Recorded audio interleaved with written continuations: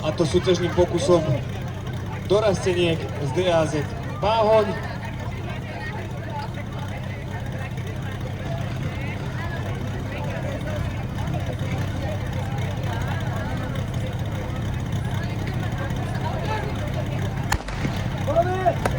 No už máme odštartovaný aj tento súťažný pokus.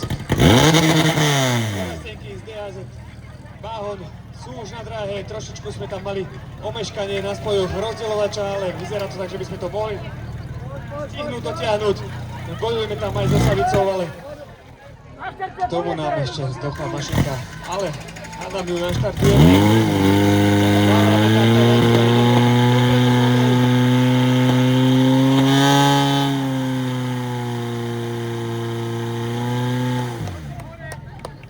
No a máme zostreknuté aj terče s výsledným časom 33,64. 30,65 bol ten lepší terč.